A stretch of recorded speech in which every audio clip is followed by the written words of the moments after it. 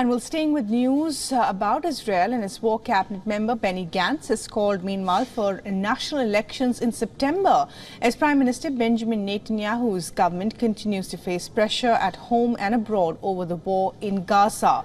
Israel's unrelenting air, ground and sea assault has killed more than 32,000 Palestinians and led to a humanitarian catastrophe. Gantz said that he believed an agreed election date would allow Israeli society to renew its contract with its leadership. Thousands of Israelis have taken to the streets in recent days demanding new elections. Many have criticized Netanyahu and expressed anger at his government's handling of the 134 Israeli hostages still held in Gaza 6 months into the war.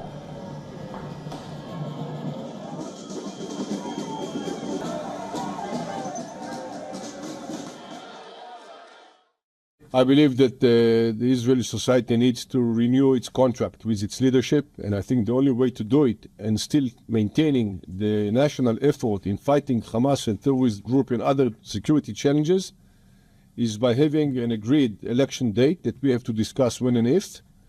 And I hope that my political partners and friends, and maybe some rivals as well, will agree to it, because I think it serves all the country and all its sectors in the same time.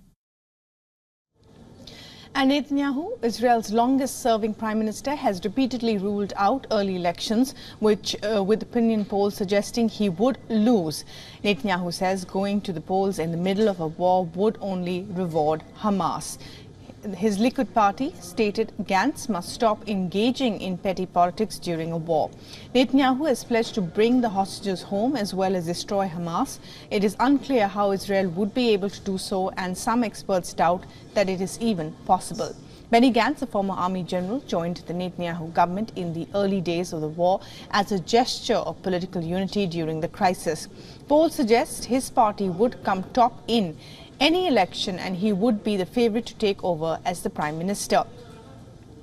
In a sign of strains between Washington and the Israeli Prime Minister Netanyahu's government, meanwhile, the Vice President Kamala Harris has hosted Benny Gantz in March. Surveys indicate most Israelis disapprove of Netanyahu's leadership since the Hamas-led attack on the communities in southern Israel on October 7th. Now, if left unchanged, the next vote for parliament is set for October 27th, 2026, as per Israel's Central Election Committee. And Jody Cohen has the latest on Netanyahu's popularity and the options for the war cabinet.